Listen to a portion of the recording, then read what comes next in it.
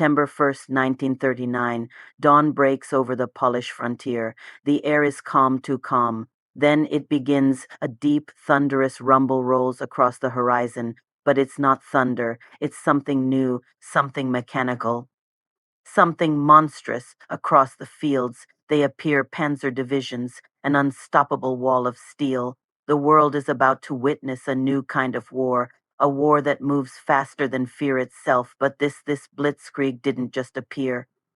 Overnight, to understand the birth of this terror, we need to travel back to a time when war stood still, World War I, a world of mud, wire, and despair. Soldiers fought and died 4 inches of land.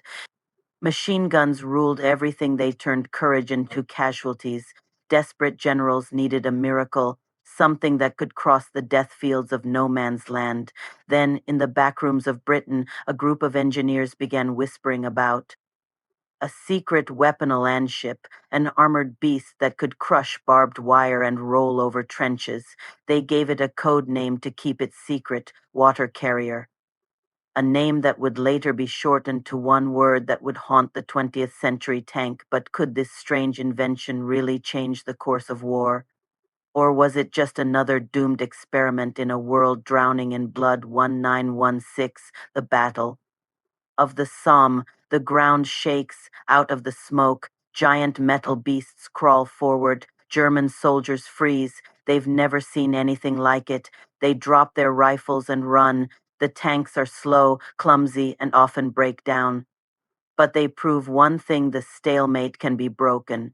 A spark is lit, and from that spark, an inferno of innovation begins. But when the Great War ends, most nations put the tanks away. The generals think the future of war still belongs to men, not machines, except for one nation that refuses to forget: Germany, 1930 seconds, a nation rebuilding from ruin. Among its ranks, a few military thinkers see what others don't.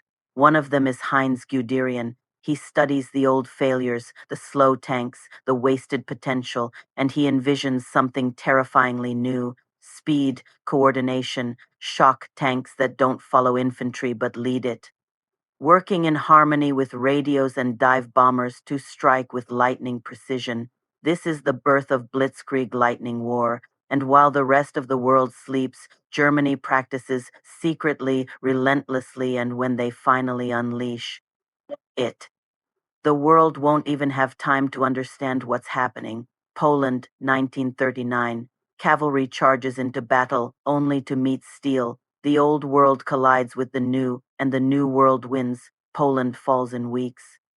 Then France, the strongest army in Europe, collapses in just 6. The Blitzkrieg is unstoppable. Tanks are no longer support weapons. They are the kings of the battlefield, but victory breeds arrogance. And in the east, a storm is rising because the Germans are about to face a machine that will terrify even them, a tank born not from brilliance, but from survival. From the frozen factories of the Urals comes the T-34, simple, rugged, deadly. Its slopped armor bounces shells like rain. Its mobility outclasses anything the Germans have. For the first time, the panzer divisions are not the hunters, they're the hunted.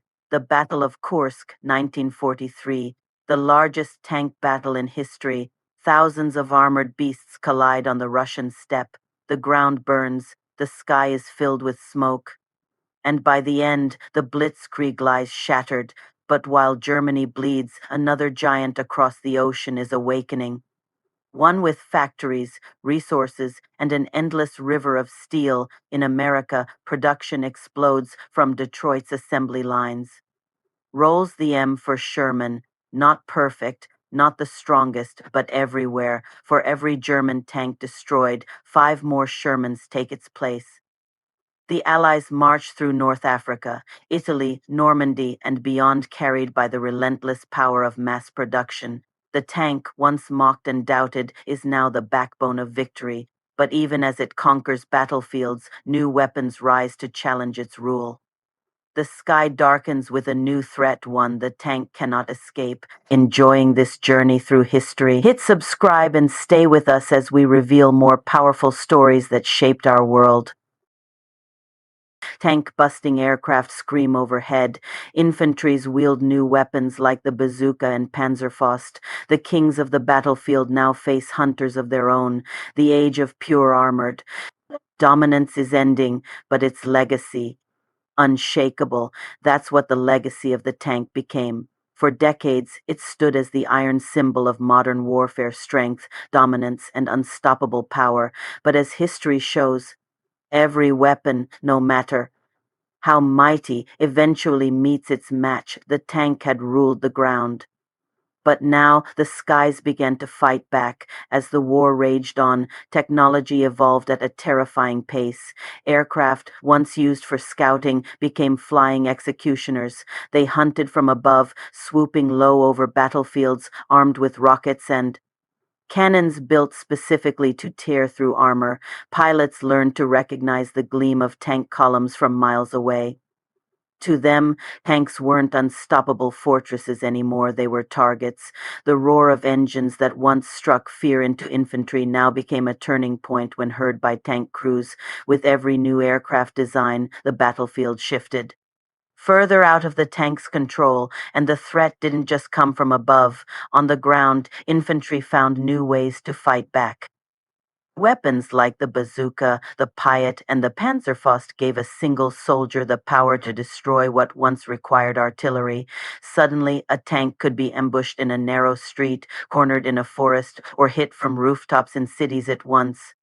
Rolled through with confidence, tank crews learned a new kind of fear, the fear of invisible enemies. In response, engineers adapted. They built thicker armor, more powerful guns, and even self-propelled anti-aircraft tanks. But with every upgrade came new weaknesses. Heavier tanks were slower, easier to spot, and harder to repair. It became a never-ending race between armor and the weapons designed to pierce it. Every improvement bought time, not safety. The balance of power was shifting. By the late stages of World War II. It was clear the age of the tank as the absolute master of war was fading. No longer could a single armored charge decide the fate of a battle. Now, success came from coordination: tanks, infantry, aircraft, and artillery moving as one. The tank wasn't gone, it was evolving. It would fight in Korea, Vietnam, the Middle East, and beyond. But never again would it dominate the battlefield as it did during the Blitzkrieg or Kursk. Still, its shadow loomed over every military decision, every technological advancement. The tank had changed not only how wars were fought, but how nations thought. From the muddy trenches of World War I to the burning cities of World War II, the tank told a story of human ambition and adaptation. It represented the very best and the very worst of human innovation. It showed that technology could save lives or destroy entire civilizations, that courage could live inside a machine, and that no matter how powerful we become, the weapons we build always reshape us in return. The reign of the tank might have ended, but its legacy, its unshakable mark on history, remains carved in steel, echoing in every rumble of engines that still roll across battlefields today. Back to where it began: Poland, 1939. The rumble of those first panzers wasn't just the sound of invasion. It was the sound of the future. From the mud of World War I to the fire of World War II, the tank became more than a machine. It became a symbol of human ingenuity, ambition, and destruction. It reshaped nations, redefined warfare, and for decades, it held the world in its armored grasp, because the story of the tank isn't really over. It's just waiting for its next evolution, and the question we must ask is, when that new machine arrives, will it save us or end us? If this journey into the steel heart of history fascinated you, make sure to like, subscribe, and turn on notifications, because we're only just beginning to uncover the hidden forces that forged our world. Until next time, stay curious and never stop exploring history's secrets. Thank you for watching.